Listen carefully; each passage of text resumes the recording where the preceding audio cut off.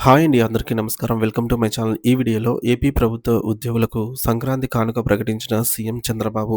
దీనికి సంబంధించిన పూర్తి వివరాలు వీడియోలో తెలుసుకుందాము. వీడియో అయితే ఎక్కడ గాని స్కిప్ చేయకుండా ఎండ్ వరకు చూసేయండి. అప్పుడే ఇన్ఫర్మేషన్ పూర్తిగా అర్థమవుతుంది. అలాగే వీడియో చూస్తున్న ప్రతి ఒక్కరు వీడియోకి లైక్ చేయండి ఫ్రెండ్స్. ఈ వీడియోని తోటి ఉద్యోగ పెన్షన్ మిత్రులతో అయితే షేర్ చేయండి. కొత్తగా మన ఛానల్ చూస్తున్నవారు ఇంకా ఎవరైనా సబ్స్క్రైబ్ చేసుకున్నట్లయితే వెంటనే మన ఛానల్‌ని సబ్స్క్రైబ్ చేసుకోండి. సో, దీని ద్వారా నేను చేసే లేటెస్ట్ వీడియోస్ అన్నీ మీ వరకు రీచ్ అవుతాయి. ఇక ఆలస్యం చేయకుండా వివరాల్లోకైతే వెళ్ళిపోదాము.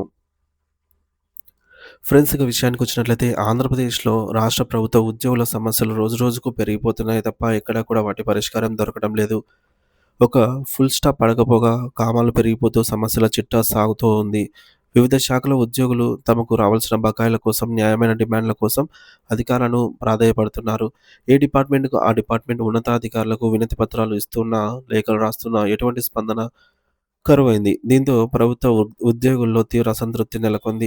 కూటమి ప్రభుత్వం అధికారంలోకి వచ్చి దాదాపు ఏడాదిన్నర గడిచిపోయింది. ఎన్నికలకు ముందు ఇచ్చిన హామీలు, వాగ్దానాలు నెరవేర్చడంలో ప్రభుత్వం విఫలమైంది అనే భావన ఉద్యోగుల్లో బలంగా వినిపిస్తోంది.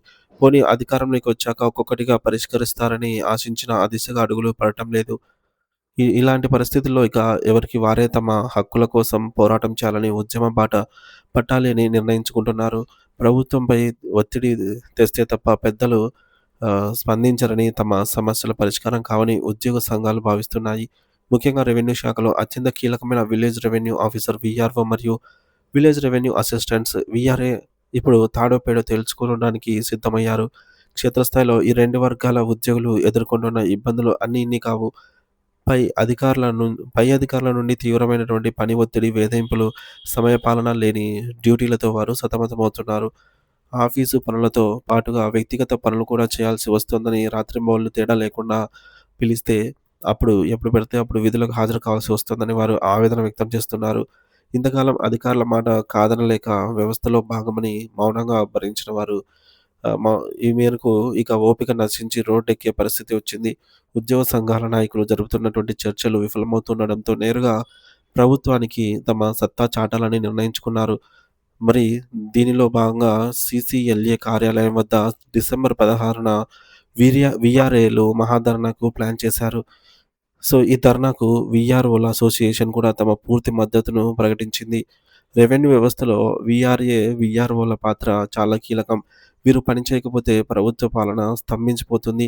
మరోవైపు వీఆర్ఓల భవిష్యత్ కార్యాచరణను నిర్ణయించడానికి డిసెంబర్ 19న విజయవాడలో విలేజ్ రెవెన్యూ ఆఫీసర్స్ అసోసియేషన్ అత్యంత కీలకమైన సమావేశాన్నయితే ఏర్పాటు చేసింది. మరి ఈ సమావేశంలో ప్రభుత్వ వైఖరిని ఎండగట్టడంతో పాటు సమ్మెకు వెళ్ళాలా? లేక ఆందోళనను ఉధృతం చేయాలా? అనే దానిపై నిర్ణయం తీసుకోనున్నారు. ముఖ్యంగా వీఆర్ఓల అర్హులైన సీనియర్లకు ప్రమోషన్లు ఇవ్వకపోవడం, 8,000 మందికి పైగా క్వాలిఫైడ్ అభ్యర్థులున్నా వారిని పక్కన పెట్టి తక్కువ సంఖ్యలో ఉన్న జూనియర్ అసిస్టెంట్లకు ఎక్కువ ప్రమోషన్ల కోటా 60:40 రేషియోలో కేటాయించబడడంపై వారు తీవ్ర ఆగ్రహంతో ఉన్నారు. ఈ నిష్పత్తిని 70:30కి మార్చాలని వారు డిమాండ్ చేస్తున్నారు. అలాగే ప్రభుత్వం కొత్తగా తెచ్చిన హాజరు నిబంధనలు వారిని మరింత ఇబ్బందులకు గురిచేస్తున్నాయి. ఇప్పటికే ఏపీఎఫ్ఆర్ఎస్ యాప్‌లో బయోమెట్రిక్ వేస్తుండగా ఇప్పుడు అదనంగా జీఎస్‌డబ్ల్యూఎస్ యాప్‌లో కూడా హాజరు వేయాలని ఒత్తిడి చేస్తున్నారు. వీఆర్ఓలు అంటే కేవలం ఆఫీస్‌లో కూర్చొని చేసే పని కాదు.